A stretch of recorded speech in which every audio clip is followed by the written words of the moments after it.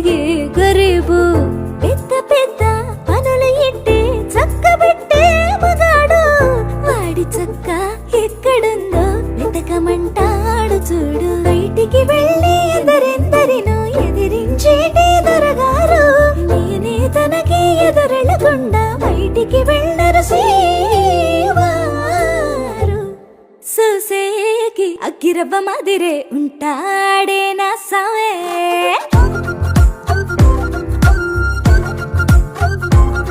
ఇట్టాంటి మంచి మొగుడుంటే ఏ పిల్లైనా